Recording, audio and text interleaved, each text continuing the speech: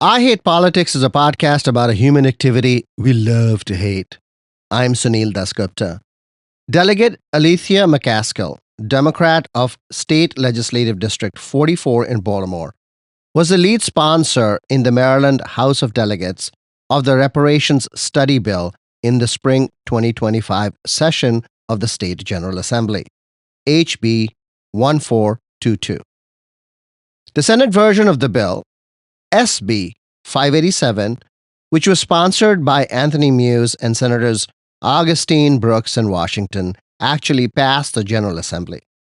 But the victory was as much McCaskill's and belonged really to the entire 67-member Black Legislative Caucus, who saw in the state's first Black governor the opportunity to define Maryland's leadership on slavery reparations, a claim first made officially in 1783 in the Massachusetts General Court by the formerly enslaved Belinda Sutton.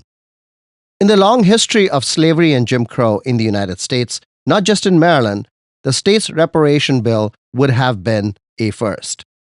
It was known, at least in political circles, that Governor Westmore had reservations. The bill was not about a payout. Rather, the law set up a commission to study the methods and structure for possible reparations. It may have cost a lot of money later, but for now, it was $60,000 to set up the commission and its work. The state's Black leaders imagined that as the state's first Black governor, Westmore would sign the bill despite his own personal reservations, and especially after he saw the overwhelming support the bill had in the Assembly. That did not happen. And the state's Black leaders have felt betrayed since. You will hear it in Delegate McCaskill's voice. In his veto, the governor said that this was no longer a time to study the problem, but to do something. And to make his point, he vetoed other study bills, including the Renew Act, which was to assess the cost of greenhouse gas emissions in the state and to find ways to hold fossil fuel companies responsible for the damage. Governor Moore did not say, and has not yet said, what he would do in either case, which has caused speculation about his motivations, including how the governor's presidential ambitions were derailing state policy efforts. Even before he can make a presidential run, the governor is up for re-election in the state. And his choice, while it may have angered the state's Black leaders, it is still an open question if they can find some way to punish him in 2026. There is no viable Democratic challenge to Moore, and Democrats, especially the state's Black leaders, would have to hold their nose even to just stay silent if former Republican Governor Larry Hogan decided to run. Hogan is likely the only Republican or Democrat who could unseat Moore at this time. This episode, where Delegate Aletheia McCaskill tells her side of the story, is one in a series of episodes on I Hate Politics, looking back at the fateful choice Governor Moore made on the reparations bill. Stay with us. I Hate Politics is brought to you by UMBC's Political Science Program, where you'll learn to shape public policy, impact communities, and function at the center of modern society. Learn more at shadygrove.umbc.edu.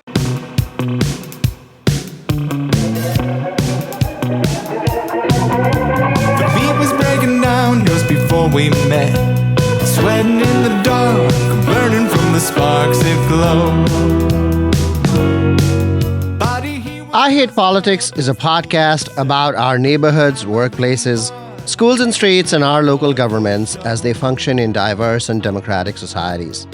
This means our politics are messy, dirty, sometimes corrupt, with often self-serving politicians. But no matter how much we may hate politics, we are never exempt from it, even when we refuse to participate. In fact, the purpose of politics is to keep society functioning, precisely when we don't agree with each other, like now.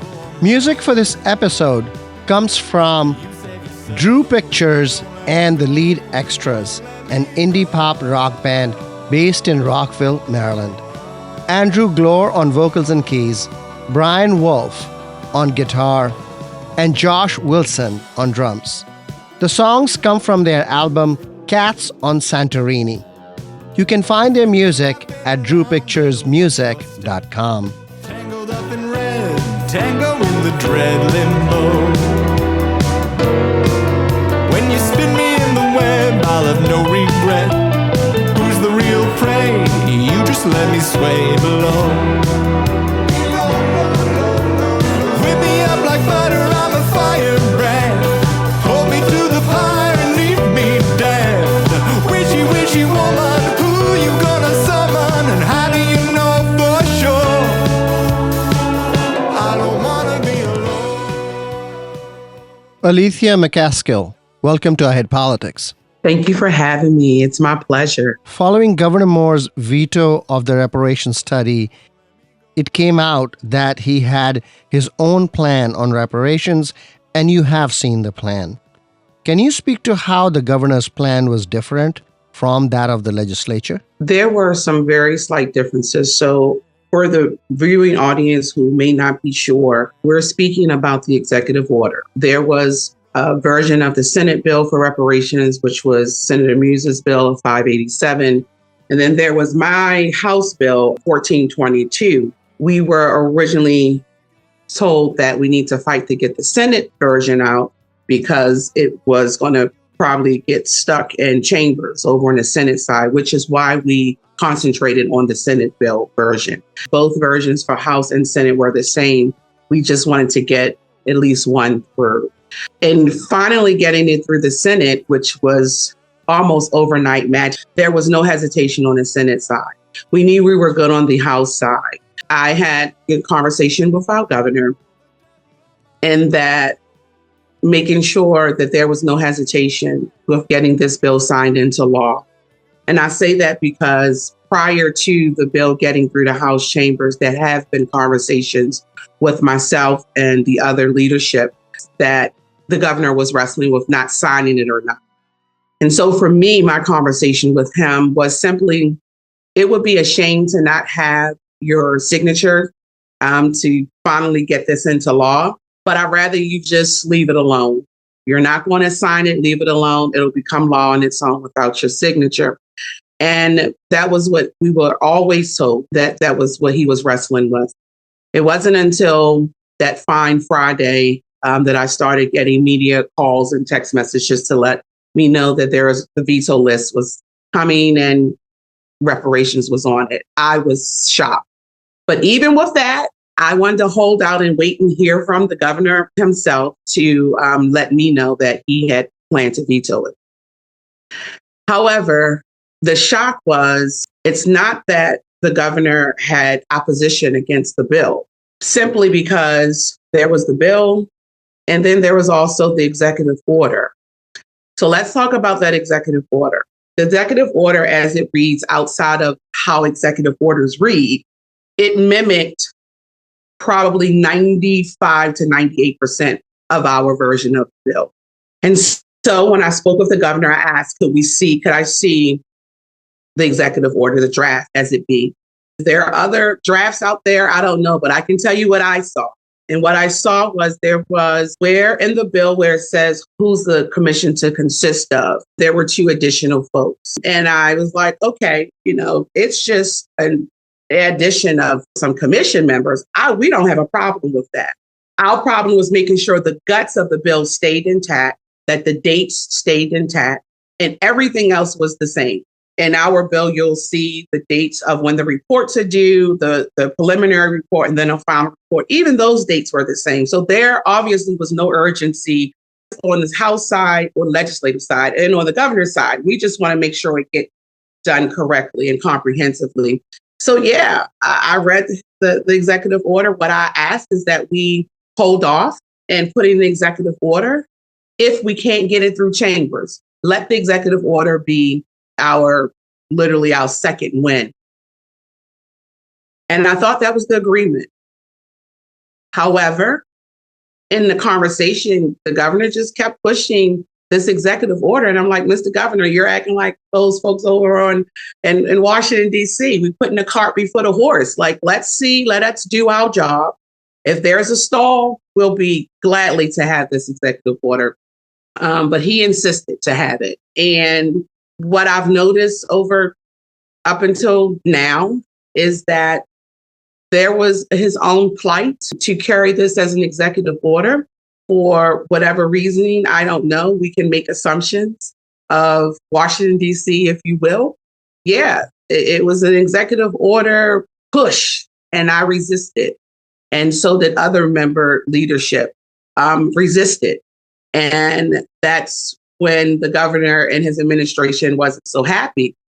Listen, I just told the governor, this is a miscalculation on you if you don't sign it, because we didn't talk veto. But however, when I got the call from him that he was planning, he was going to veto it, I told him then again that I am ashamed that this is happening on his watch. I'm in total shock, and that we're just going to push for an override. And at this point, we are ready and safe, and it's going to come up in leadership. And so I'm hoping that we can have a happy medium when it comes to our legislative body and the governor, and that this isn't more pushback on the administration, if nothing else, in the media. This was never about me, Delegate McCaskill, trying to make sure she had a win under her belt. If you remember, back in 2022 and even prior years, we had Delegate then Juanita Fisher, who introduced this bill. And I had not had this on my agenda for 2023 when I came in. There were other priorities that I wanted to focus on. However, folks in the community came to me and said, listen, including NAACP, said, listen, we need Juanita Fisher's version to come back. It did. However, because of fiscal constraints and what we realized we were dealing with when it came to the budget in 2023, we were asked to hold off on certain bills. And so I complied with leadership, knowing that it was going to come back for 2024. But what we decided at the Legislative Black Caucus and with leadership, that instead of, sometimes you got to think things through. We were thinking, with this bill, there has been so much hesitation over the years here in Maryland. How can we do this different? So we decided in Legislative Black Caucus that we would do different, meaning we decided to wait out 2024 legislative session, create a subcommittee around it. I was the chair. And we had our legislative body apart, both the Senate and the House. And what we did was everyone had their job. And we went to folks like the governor. We went to folks, we don't really usually do all of this. But I wanted to do it different. I wanted to be assured that this bill would get not for a win for myself, but for the state of Maryland. And so we went to all of leadership we could go to on the House side, the governor's side, the Senate side, to look at the draft. What is it that we're missing? Is there anything you feel that we should put in here? The governor's office had access to the bill. Well, once it became draft, they could always pull it up. But we made sure that his administration saw this language to make sure that there was nothing, no T's we had not crossed, no I's we had not dotted when it came to this particular bill. The bill is not about reparations or making reparations, but rather the study of reparations, right? Absolutely. So listen, just to make sure that we are educating folks on this specific bill. I know folks say, especially here in Maryland, sometimes as legislators, we put forth a lot of studies, especially to say that we at least did something. This is different. The purpose of this bill is to create a commission to study reparations. So some folks are under the impression that this is to study slavery here in Maryland. And there will be some education, I'm sure, along the way for folks, because the commission will be charged to, speak to, the public, get public input, et cetera. So there will be some education around slavery here in Maryland. But we've done that here in Maryland. And so this is to create a commission to study what the harms of those institutions here in Maryland created And so this is the difference. The difference is not to study slavery, it's to study what the reparations, what that repair needs to be based off of those institutions that created the harm in our community. And so, yes, the governor has done, and along with the MGA, we have done some wonderful things to do some repair in all communities throughout the state of Maryland. We need to concentrate on some specifics, not necessarily the Black community, but when we look at certain eras, if you want to look at Jim Crow, if we just stop there, then we need to, that's going to bring the focus. I'm not going to sit here and say what the commission is going to come up with. I'm not on the commission. I won't be on the commission because we will override this. That is for them to do. And I don't want folks to say, well, the governor is doing it now. We're not doing it all now. We're missing some parts. What parts are we missing? There are some specifics. I'm going to stay with the Jim Crow era. If you look at what happened back in the day, and it still is prevalent today around education, around transportation in our areas, housing, we need to make sure that we are having the commission to look at specific areas. What the governor is doing is we're taking the state budget, which means taxpayer dollars, to do some of the corrections. What we want to do is not take the state budget if we don't have to. That'll be determined by the commission. We want to charge those institutions with whatever harm to repair what they've done. For instance, there was a project that was completed with the University of Maryland, and they came to a conclusion of the part they played as a university, as an institution in slavery. And so that work is already done. What we're saying is look at those specific institutions, it could be state government as well, that benefited, and hold those institutions accountable. We don't want to hold the taxpayer accountable, and I don't want folks to keep being misled by the taxpayer dollar and this happened so long ago. You can't start studying what's happening now without going back and revisiting what happened before and why we are where we are. And so it could always come back as free tuition, specifically for those who were harmed during that era. It could be bonds, it could be grants, it could be assistance with housing and with redlining alone. It literally was a red line on the map, drawn up where folks like me weren't to live there, right? And if we were there, the system was designed to push us out, to have to be concentrated in other areas. And what did that do? It caused us to have limitations with education, job skills, etc. And so we want a comprehensive study of what exactly happened here in Maryland and who needs to pay it up. Your bill really was about setting up the commission, which would have cost not much. It was $60,000 or some, really small amount of money. The larger question that is behind it is, if you do all of that and then the state is on the hook for it, the institutions you talked about are funded by taxpayers. So whether you hold the institutions responsible or ultimately the taxpayer is going to have to foot the bill. So there is that tension. Do you think the governor is feeling that tension? I would love for you to ask that to the governor. I don't know what the governor is feeling these days. I don't think that, keeping in mind that there was an executive order prepared, pretty much mimicking all the way to the period of our bill. I don't think that was a concern. I don't think the fiscal concern was what the governor was thinking when it came to the veto of this bill and who would be charged and how they would be charged. If you think about it again, the executive order, the draft of the executive order was to do the same thing we want to do. So that's why the veto just does not make sense. Do you think it just boils down to claim taking? I do. And I've said this before, and I have tried to protect the governor and his administration to not think so. I always want to look at the glass half full. I always want to be optimistic, throw no one under the bus.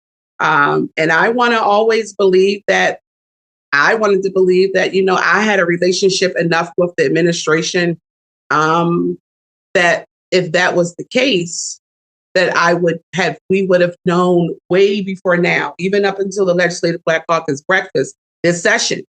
He was totally on board with supporting this bill. When it took a turn in March, close to crossover, and definitely the days leading up to Sani died, is where the miscalculation and confusion came in. Yeah, I would love for you to propose that to the governor. When he proposed the executive order to you, when you saw the draft, I saw the draft executive order. So there have started being rumors of an executive order. Annapolis is a small town. There have started being rumors of an executive order around right at crossover, 2-3 days before crossover.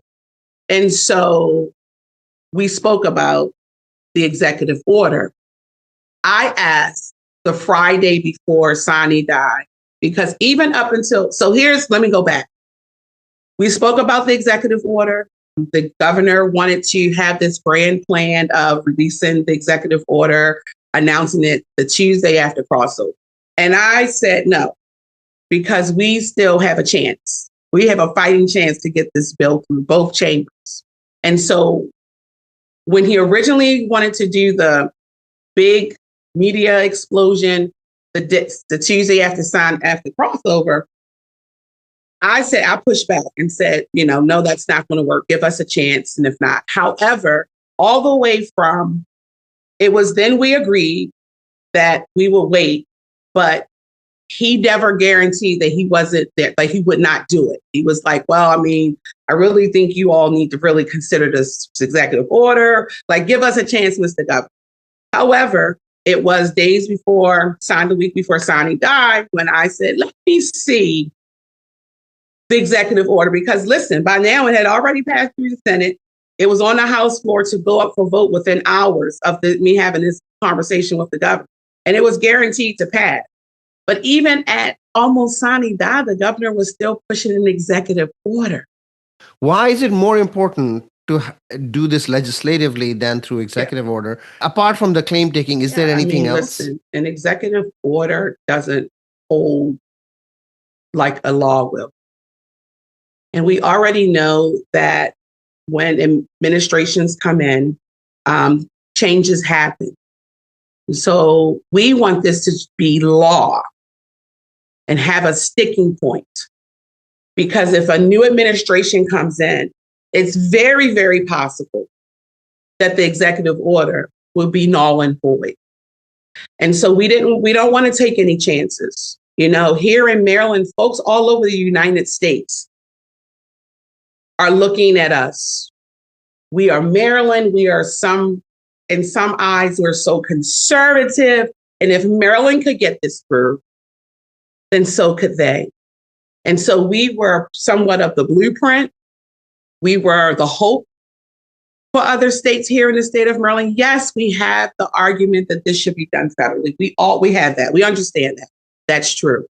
But at this point, especially what's happening over in Washington, D.C., we see that we need to continue to focus on doing things locally, right? What's good for us.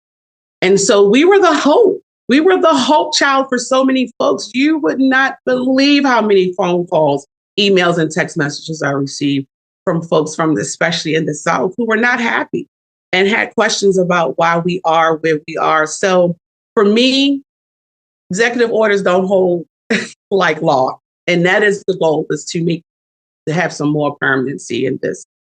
What has been the political fallout? Man, well, for me personally, there's been loss of relationship. And you cannot continue the work in Annapolis without relationship. So it's going to be interesting what happens this next session, and how much we can get done, whether or not I'll have to put my bills incognito. And then what has happened on a positive note, I've had much support from leadership from both the House side and the Senate side. But not only that, all across the United States, Baltimore City Council folks have come to me to say, what is it that you feel that you need, McCaskill, to see this to fruition as a law? We're supporting you. Whenever you're ready, we're ready.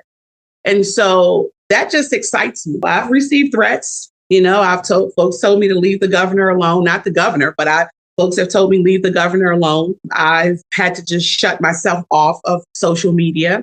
But I'm a tough cookie. I'm a city girl, Baltimore city girl. So, I can handle it. Are there any broader fallouts beyond your relationships politically? I think the governor's fighting this on his own. I say that because you have some other folks, some supporters of the governor. Well, what did I do differently this time for this bill?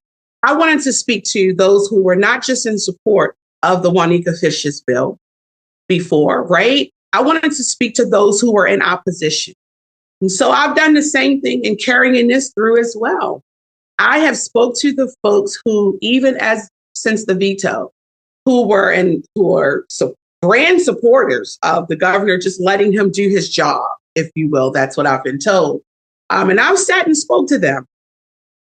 I've talked to many of those people, and many of those people have not even read the bill to have an understanding of it. Folks seem to believe also that with passing this bill, this is the payout. It's not the payout. It's just to study what the payout needs to be. Reverend Turner at Empowerment Temple says it all the time, and I have to say, it's so perfect. It's like going into that grocery store without your grocery list. You'll come out with frivolous things and forget sometimes that main ingredient you went in with. Many people have said that the veto was related to the presidential run that many say governor is pursuing at this moment. Does this hurt him or help him? This is a gross miscalculation for the governor. And I say that for a couple of reasons. If we did a survey, there are more folks who are counting and hoping and wishing for this bill than not. Those who have been in opposition, a lot of them don't understand the bill itself. The gross miscalculation in whether you're going to move forward and you keeping your eye on Pennsylvania Avenue, over in Washington, D.C., that's fine. That being aspirational is, what we do. But this was a gross miscalculation because this wasn't just about Maryland. This is about the United States and how other states want to move. And so folks are calling me and having grand conversations with me that if we can't trust the governor, because he said he would support it in the beginning, when even up until the Legislative Black Caucus breakfast, he's had privy to the language. So it wasn't like it was a shock and awe anywhere. And folks are wondering, if they can't trust the governor on this, then how can we move forward with allowing him to be, our president? And so listen, I'm hoping that even as of today, the governor has had some quiet nights with himself, not the noise about Washington, D.C., not being, running around and doing all the things he do in communities and the announcements that he's been making. I'm just hoping that the governor has had a chance to have some real soul searching of what this bill, not just this bill, because the veto list was a little weird to me. And there are other things that we're looking forward to override, whether in special session or regular session. The good thing is once we override it, it becomes law immediately. So we don't have to worry about all of that. But this was a gross miscalculation. And I think some folks, maybe even the governor, thought that we could put this to rest in Maryland. This is a national issue. Right. But do you think his appeal in Middle America increases? No. You can just look at local polls. You can just talk to the people. Listen, I'm a people person. I knock on doors. I walk through neighborhoods. It's not even in my district. And just in general conversation, folks are not happy. Folks are not happy with the movement of the administration. It's quite strange of some things that's happening in the administration and a lot of the movement, if you will, as far as folks in place. And there is grand concern, even on my level. No matter what the governor want to do, I wish him well if he wants to run for president. But this is going to come up on the national platform. You look at the governor for California. He got this. This is going to come up. This is going to, I think, haunt him again and again. And I don't think folks in his cabinet and those close to him thought about what the repercussions were going to be. It was going to be, he's Westmore, he's intelligent as he really is. And I think they said, his charisma, we'll go for it. We'll trust him on this. This one, not so. Aletheia McCaskill, thank you. You're very welcome. Thank you. I appreciate it. Take good care.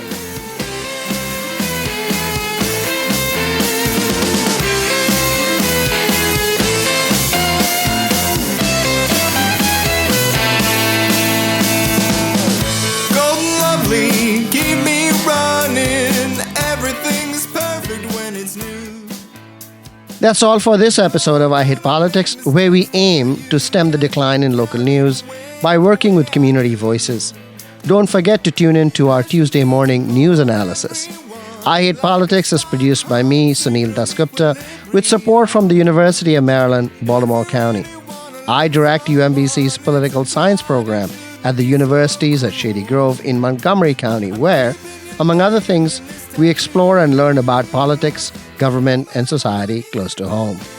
Music for this episode comes from Drew Pictures and the Lead Extras, an indie pop rock band based in Rockville, Maryland.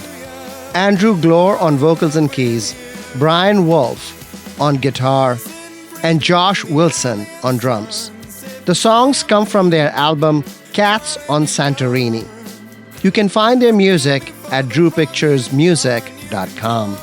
If you want to share your music on the show or know someone else who might want to, please email us at producer@ihppod.org.